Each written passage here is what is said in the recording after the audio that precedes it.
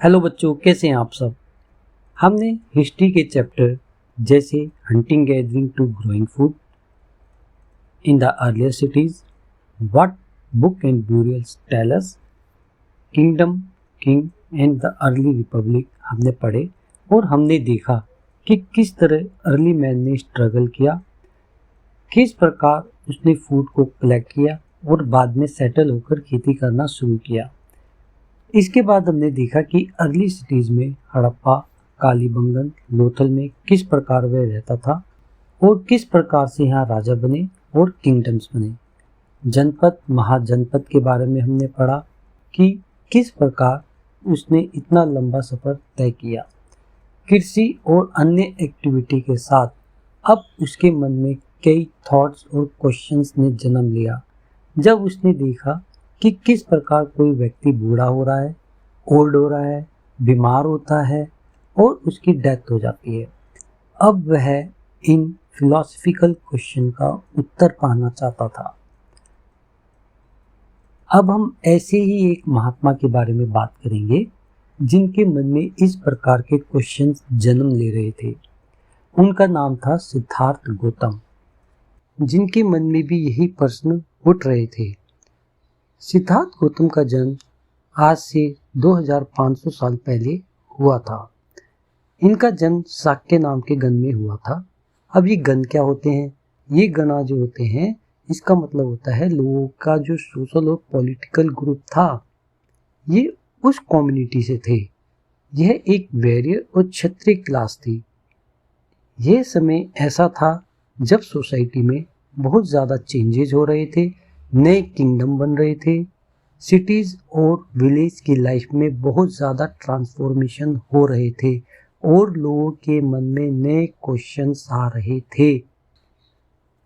हालांकि वह एक राजकुमार थे और उनकी लाइफ बहुत ज़्यादा कंफर्ट वाली और लग्जीरियस लाइफ थी, यानी उनके पास बहुत सारी वेल्थ थी कि वह अपनी लाइफ आराम से जी सकते थे। लेकिन सिद्धार्थ ने आध्यात्मिक क्वेश्चन यानी स्पिरिचुअल क्वेश्चंस को जानने के लिए अपना घर छोड़ दिया। स्पिरिचुअल क्वेश्चन जैसे कि हम जन्म क्यों लेते हैं, मृत्यु क्यों होती है, मृत्यु के बाद लाइफ होती है या नहीं होती है, हमें अपनी लाइफ किस तरह से जीनी चाहिए, ये इस तरीके के स्पिरिचुअल क्वेश्चन थे जिनको जानने के लिए और ज्ञान की प्राप्ति के लिए सिद्धार्थ कई वर्षों तक एक जगह से दूसरी जगह घूमते रहे।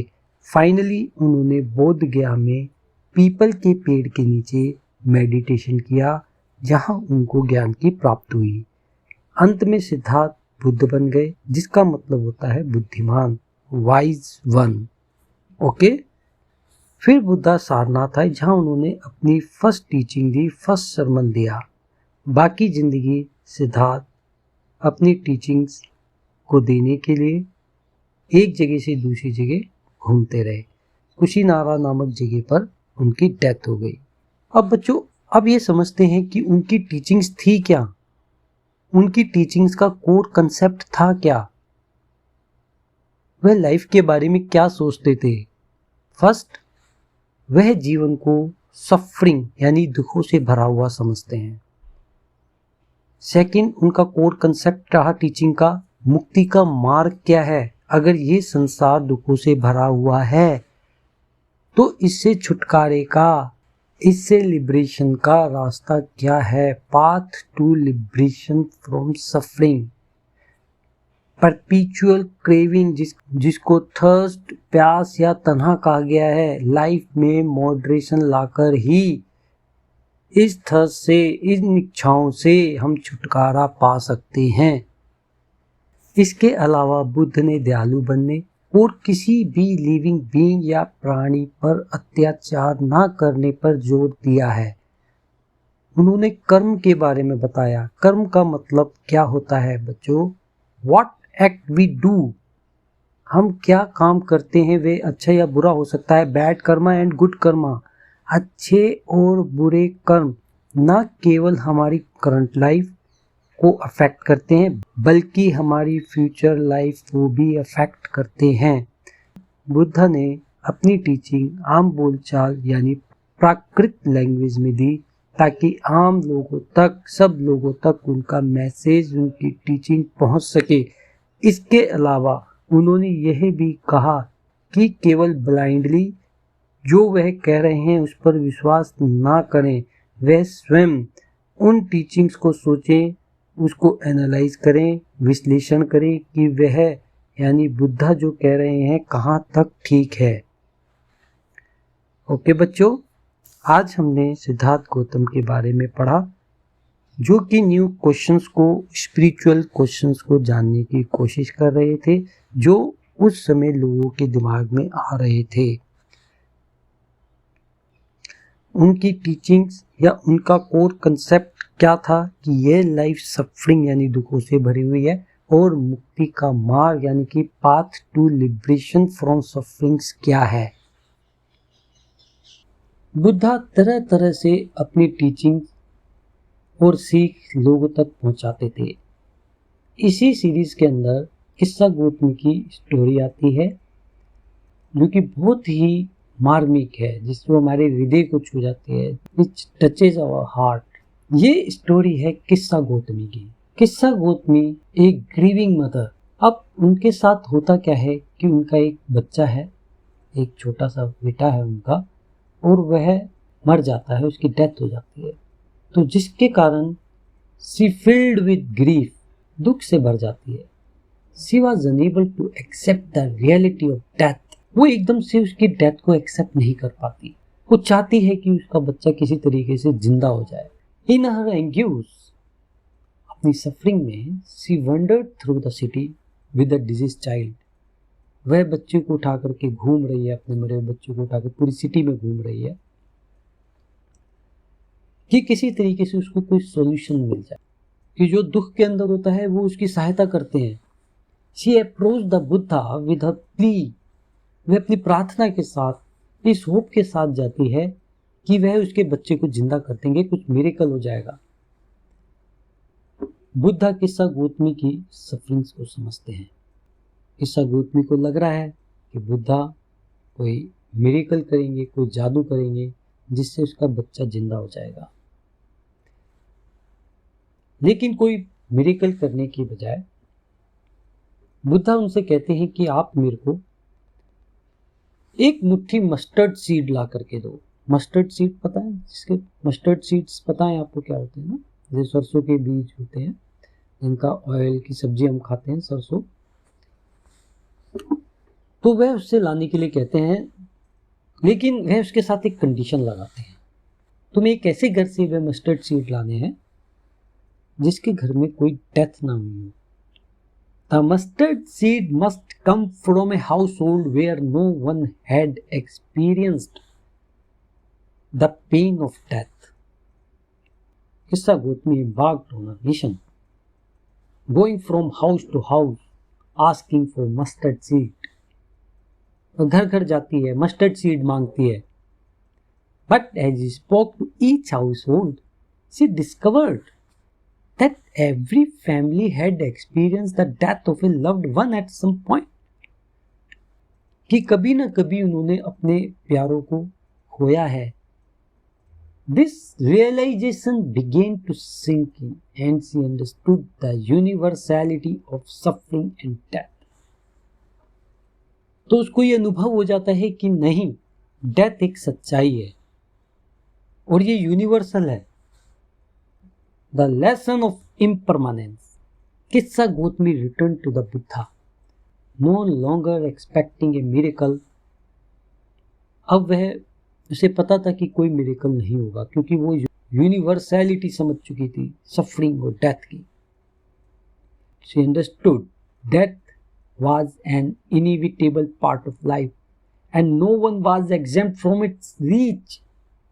और कोई भी इसके चुंगल से नहीं बच सकता। The Buddha's lesson to her was profound. Suffering is a shared human experience and it arises from our attachment to the impermanent. हमें दुख होता है जब हम जो चीजें इम्परमानेंट हैं, स्थायी नहीं हैं, हमेशा के लिए नहीं हैं, हम उनसे अटैचमेंट करते हैं, लगाव करते हैं, प्यार करते हैं, उसकी वजह से इंसान को दुख होता है। Hissa Gautami's encounter with the Buddha and her journey for mustard seeds led to a transformation in her perspective. अब किस्सा गौतमी को पता चल जाता है, वो ट्रांसफॉर्म हो जाती है। She let go of her attachment to her deceased child and found solace in understanding that death is a natural part of human condition. जब उसे इस चीज का ज्ञान हो जाता है कि नहीं, डेथ एक सच्चाई है, तो उसे शांति मिलती है। She embraced the teaching of the Buddha and sought a path to inner peace and enlightenment. अब वह ज्ञान चाहती है, इनर पीस चाहती है।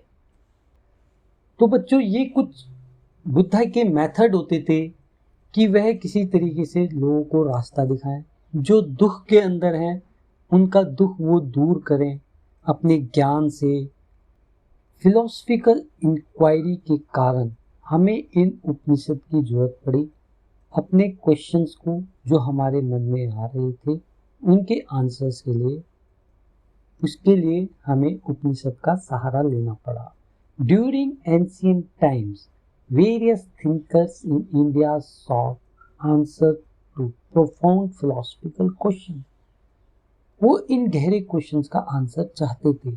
Their inquiries included topics such as life after death and the significance of performing sacrifices. कि हम जन्म क्यों लेते हैं? Many of them believed in the existence of something permanent in the universe that would endure even beyond death. बहुत से लोगों का यह मानना था कि डेथ के बाद भी यूनिवर्स में एक परमानेंट चीज है, कुछ परमानेंट है जो कभी खत्म नहीं होता, जो कि मृत्यु से भी परे है, जिसकी कभी मृत्यु नहीं होती, जिसे हम ब्रह्मा कहते हैं। These ancient thinkers introduced the concept of Atma and Brahma. The Atma refers to individual soul or self, while the Brahma represents the universal soul or ultimate reality.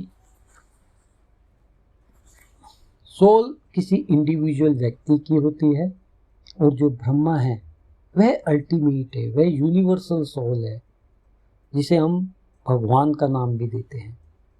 They believe that ultimately both the individual soul, Atma, and the universal soul, Brahma, were one and the same, emphasizing the interconnectedness of all existence. कि ये जो हमारी आत्मा है और जो ब्रह्मा की आत्मा है वह एक ही है और वह कनेक्टेड रहती है। अब उपनिषद क्या है? These philosophical ideas and discussions were recorded in text known as उपनिषद। जो भी ये फिलोसफिकल आइडियाज थे इनको नोटेड किया गया उपनिषद के अंदर। The word Upanishad literally means approaching and sitting near. Upanishad का जो शाब्दिक मतलब होता है, जो एग्जैक्ट मीनिंग होता है, उसका मतलब होता है नजदीक बैठना। And the text are structures as dialogues between teachers and students. और जो टेक्स्ट है वो डायलॉग्स हैं टीचर्स के और स्टूडेंट्स के। स्टूडेंट्स क्वेश्चन पूछ रहे हैं और टीचर उन फिलोसफिकल क्वेश्चंस का जवाब दे रहे हैं। Through these dialogues complex philosophical concepts were often presented in simple and accessible ways. Participants कौन थे? Most of the thinkers and scholars who engaged in this philosophical discussion were men, particularly among the Brahmin and the royal classes. जो इन सब चीज़ों में इस तरीके के participate करते थे, इस तरीके की डिस्कशन में फिलोसफिकल क्वेश्चंस की, तो वह पार्टिकुलरली कौन होते थे? मैन थे, ब्राह्मण लोग थे, रॉयल क्लासेस के लोग थे। जो राजा महाराजा लोग थे। However, there are occasional mentions of women thinkers like Gargi, Apala, Ghosa, Maitri. Women thinkers भी थे जो इन सवालों का जवाब चाहती थी। उनमें गार्गी, अपाला, घोषा और मैत्री थे। Who were renowned for the knowledge and actively participated in debates, जो इस तरीके की डिबेट्स में पार्टिसिपेट करती थी। It is noted that individuals from the lower social strata, such as poor people, rarely engaged in discussions. लेकिन इसमें क्या था, जो गरीब लोग थे वे इसमें पार्टिसिपेट नहीं करते थे, और जो निम्न सोशल स्ट्रक्चर में, जिनको निम्न जैसे शूद्र लोग थे, उनको वह इस डिस्कशन में पार्ट्स नहीं लेते थे। लेकिन यहाँ पे एक एक्सेप्शन भी है, सत्यकाम जबाला का, जो कि गरीब भी था और शूद्र जाति का था, who despite his humble background was accepted as a student by a Brahmin teacher named Gautam, जिनको गौतम टीचर ने अपना शिष्य बनाया because of his honesty. The concept of Upanishad laid the foundation for later developments in Indian philosophy and spirituality. उपनिषद की जो concept थी, बाद में उसने इंडियन फिलॉसफी और स्पिरिचुअलिटी को और डेवलप किया। It was more developed by Shankaracharya, A renowned thinker whose contributions, जिसको शंकराचार्य ने और अधिक डेवलप किया। अब हम बात करेंगे 6 स्कूल्स ऑफ इंडियन फिलॉसफी। अच्छा, ये जो 6 स्कूल्स हैं, ये 6 थॉट्स हैं। एक तरीके से हम इसे 6 थॉट्स कहेंगे। स्कूल्स का मतलब थॉट्स, ठीक है। ये वह स्कूल नहीं है। हाँ, इस किसी जो भी टीचर किसी पर्टिकुलर फिलॉसफी को फॉलो करता था तो वह उसका एक स्कूल बना, एक थॉट बनी। It is also known as the Shaddarshan, represent diverse philosophical tradition that have developed in India over centuries. Each school offers unique perspective on fundamental questions of existence, reality and the nature of truth. Her school का एक अपना method है इन सब चीज़ों को देखने का, सच्चाई को जानने का। इनमें से पहला है वैशेषिका, जो कि कन्नड़ ऋषि द्वारा इन्वेंट किया गया। सेकंड, न्याय, जो कि गौतम ऋषि द्वारा एस्टेब्लिश किया गया। थर्ड था सामाख्या, जो कि एट्रीब्यूटेड है शेख कपिला को। योग, फाउंडेड बाय पतंजलि ऋषि। अब पतंजलि से मतलब बाबा रामदेव को मत समझ लेना, ये बाबा रामदेव जी जो हैं वो पतंजलि नहीं है, पतंजलि ऋषि कोई और थे, ठीक है। फिफ्थ था पूर्व मीमांसा, जो कि एस्टेब्लिश्ड बाय शेख जैमिनी ऋषि ने इनको एस्टेब्लिश किया। सिक्स था वेदांता, जिनको व्यास ऋषि ने एस्टेब्लिश किया, ठीक है। तो ये 6 स्कूल थे इंडियन फिलॉसफी के। सच्चाई का रास्ता, सच्चाई को जानने के लिए, नेचर ऑफ ट्रूथ को जानने के लिए, क्वेश्चंस ऑफ एग्जिस्टेंस को जानने के, ये 6 स्कूल थे जो अपने अपने मेथड से सच्चाई को बता रहे हैं, ठीक है। उपनिषद के कोर कंसेप्ट यानी कि उसके मुख्य विषय को समझने के लिए द वाइज बेगर की स्टोरी दी गई है। अब इस स्टोरी में होता क्या है कि एक भिखारी है और 2 ऋषि हैं, शौनक और अभिप्रतरीन, ठीक है। ये दोनों खाना खा रहे होते हैं ऋषि। तो तभी वहाँ पे एक बेगर आता है जो उनसे खाना मांगता है। तो शौनक ऋषि कहते हैं कि भाई हम अपना खाना तुम्हारे साथ शेयर नहीं कर सकते, हमारे पास पेट में तुम्हारे लिए खाना नहीं है। तो बेगर कहता है कि भाई आप दोनों किसकी वर्शिप कर रहे हैं, किसकी पूजा कर रहे हैं। तो अभिप्रतरीन कहते हैं कि भाई हम यूनिवर्सल सोल। तो कहता है अच्छा, इट मीन्स क्या तुम जानते हो कि यूनिवर्सल सोल पूरे संसार में है, उसका जो अंश है वो पूरे संसार में है। तो सिक्स कहते हैं यस, वहाँ में कहते कि ठीक कह रहे हो आप। तो कहते हैं कि if the universal soul fills the whole world it fills me too. अगर परमात्मा संसार के कण कण में है तो यह मेरे अंदर भी है। हु एम आई, मैं कौन हूं? I am a part of the world also. तो जो ब्राह्मण होते हैं, जो सेठ होते हैं, ऋषि होते हैं, वो कहते हैं हाँ तुम ठीक कह रहे हो कि यूनिवर्सल सोल सभी में है, वह तुम्हारे अंदर भी है। तो कहता है कि by not giving me food you are actually denying food to the universal soul. यानी मुझे खाना ना दे करके तुम उस परमात्मा को खाना नहीं दे रहे हो। तो जो शेख्स होते हैं उनको रियलाइज होता है वह बेगर सही कह रहा है, वह इंटरकनेक्टेडनेस की बात कर रहा है और उपनिषद में इंटरकनेक्टेडनेस की ही बात की गई है। आत्मा और परमात्मा के मिलन की बात की गई है कि ये परमात्मा का अंश सभी के अंदर है। ठीक है बच्चों, आप इस स्टोरी को समझ सके हो? Okay good. अब हम बच्चों पाणिनि जी के बारे में समझते हैं, क्योंकि इनके बारे में समझना इसलिए ज़रूरी है क्योंकि हमारे जितने भी क्लासिकल और ग्रंथ लिखे गए हैं वे संस्कृत भाषा में ही हैं। पाणिनि जी ने 3000 फार्मूले दिए संस्कृत ग्रामर के लिए, ठीक है, और उनके बाद जो संस्कृत यूज की गई वह ग्रामेटिकल करेक्ट थी, शुद्ध थी। ठीक है बच्चों, और इनका नाम क्या था इन ऋषि का? पाणिनि। ठीक है, याद रहेगा आप लोगों को। कितने फार्मूले दिए इन्होंने? 3000 फार्मूले।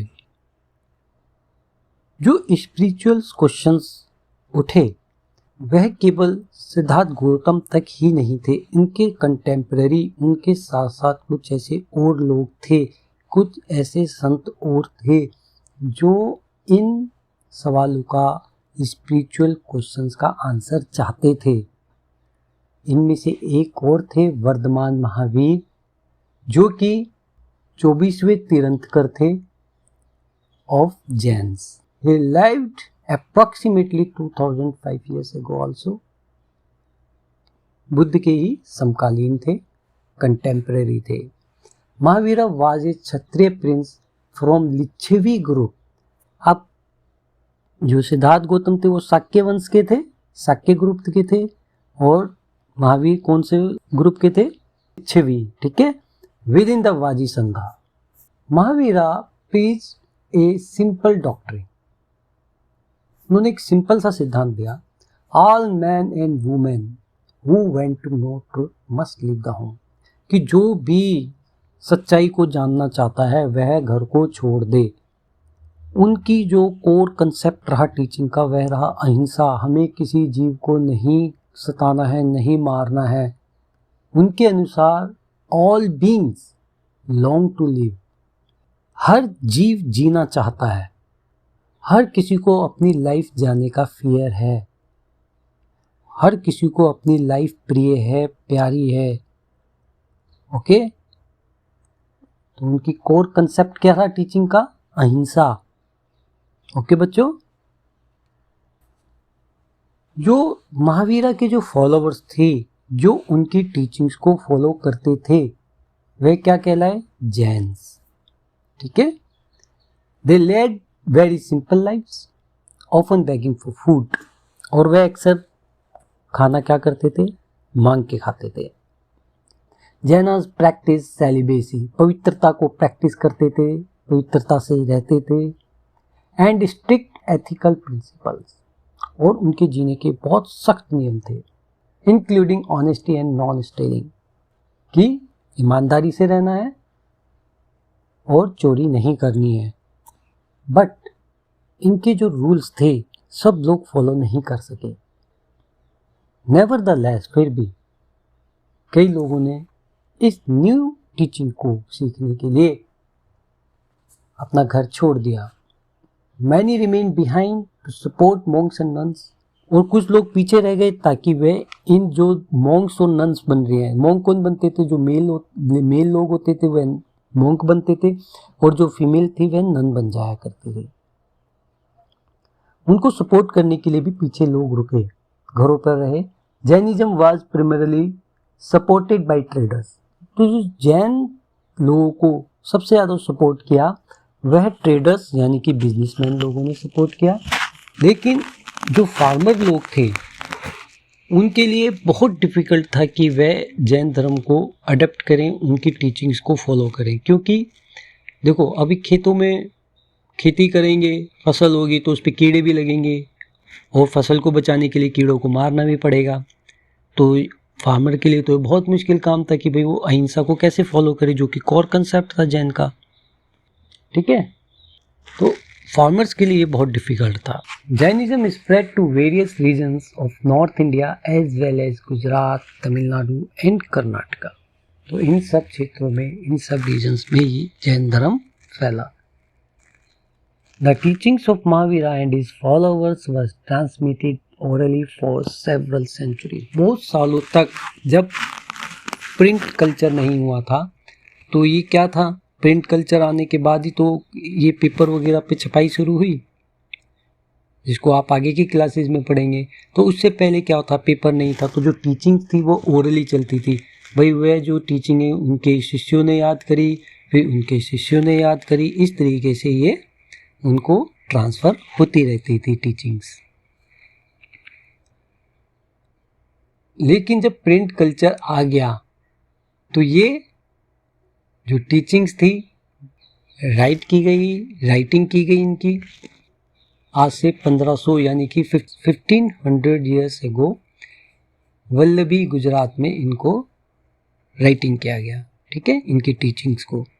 अब बच्चों समझते हैं संघ क्या है।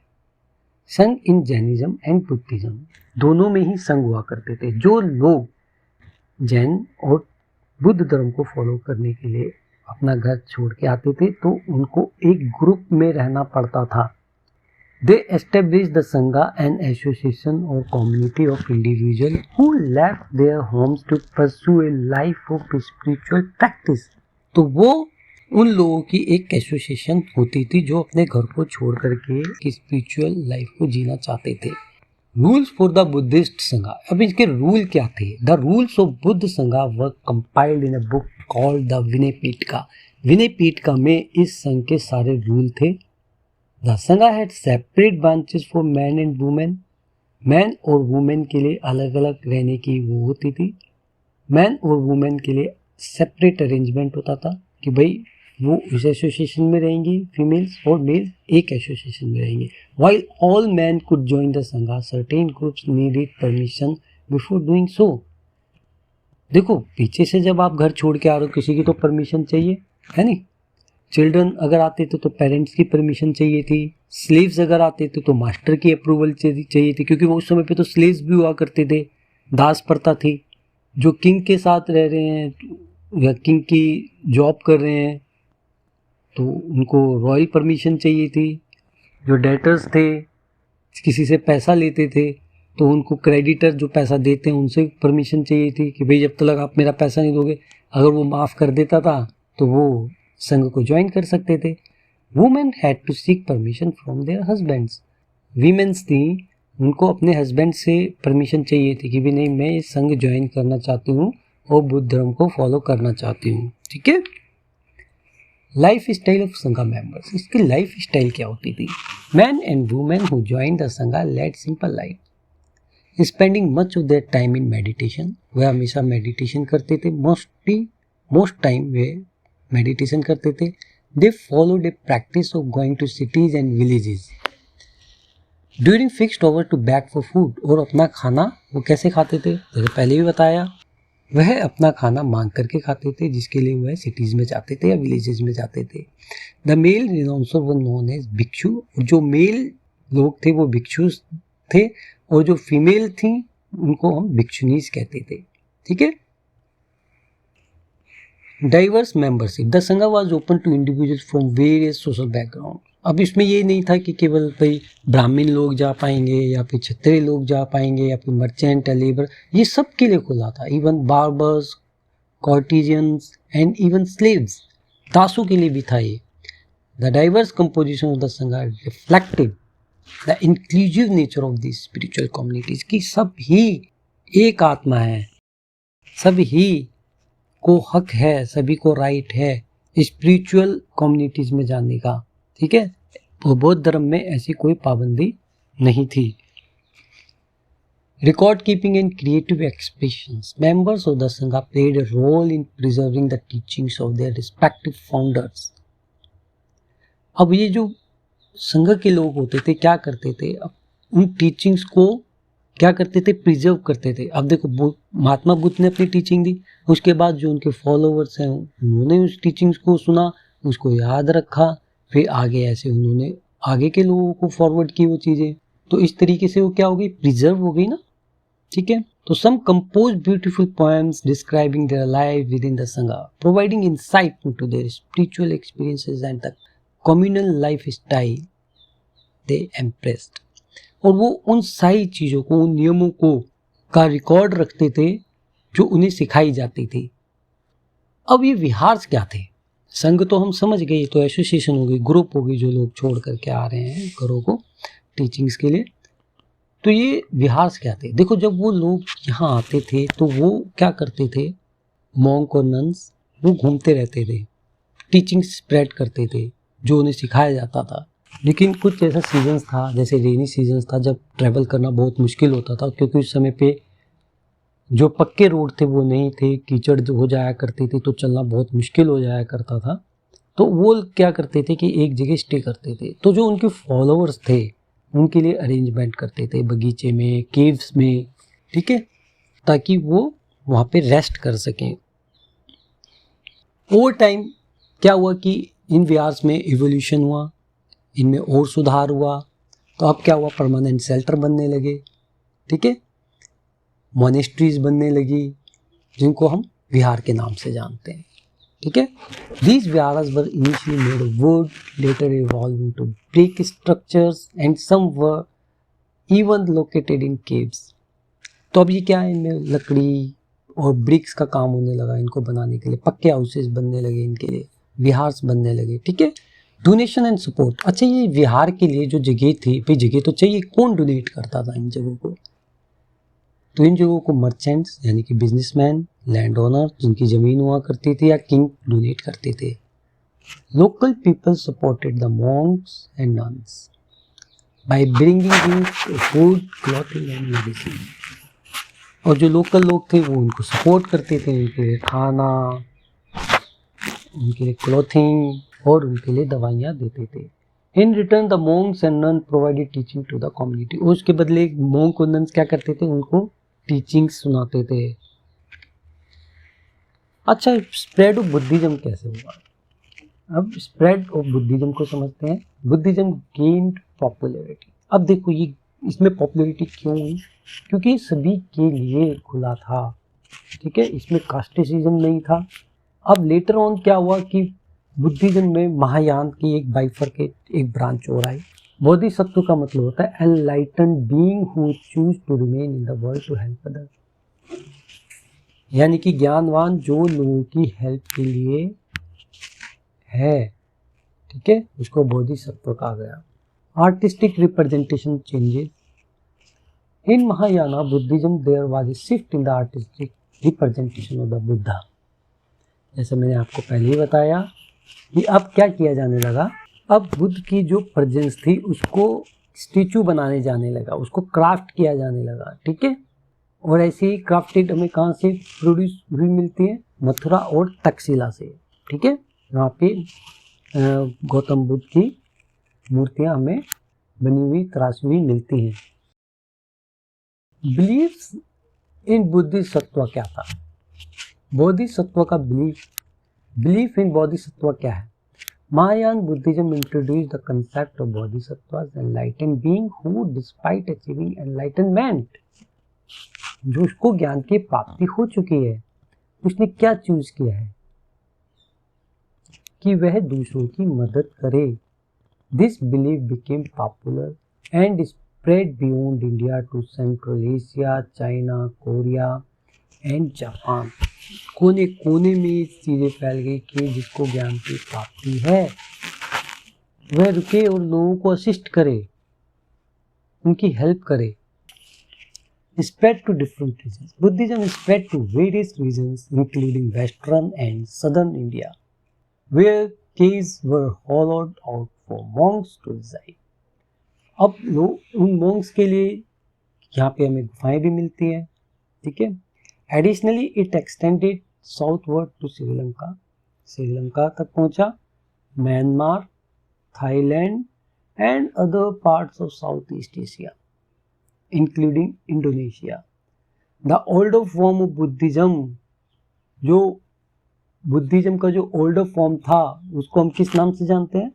थर्वेड़ा Buddhism, okay, remain more popular in this area, ठीक है। अब ये तो सही हो गया कि सब सोच रहे थे कि भाई ठीक है, लाइफ को इस तरीके से जीनी चाहिए, इस तरीके से हमें स्पिरिचुअल लाइफ भी जीनी चाहिए, लेकिन लाइफ में केवल लिबरेशन ही नहीं है ना, लाइफ में तो हमें बहुत कुछ करना होता है। हमारा बचपन भी है, हम यंग भी होते हैं, फिर हम ओल्ड हो जाते हैं। तो ये चीज़ें हमें कब कब करनी है, हमें शिक्षा भी लेनी है, हमें पढ़ना भी है।